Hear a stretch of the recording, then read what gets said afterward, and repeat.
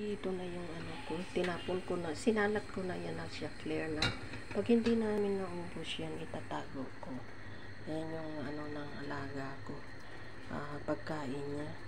Lagyan ko ng konting karne, kasi hindi siya masyadong, hindi rin niya kakainin lahat yun.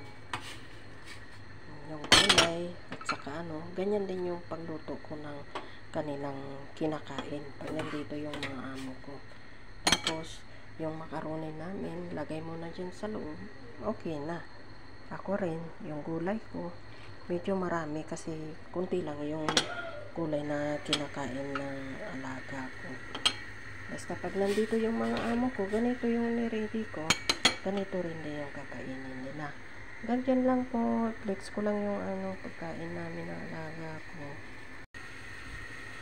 Yung itlog. Tapos lagay ko na rin yung yan lang po yung pagkain namin.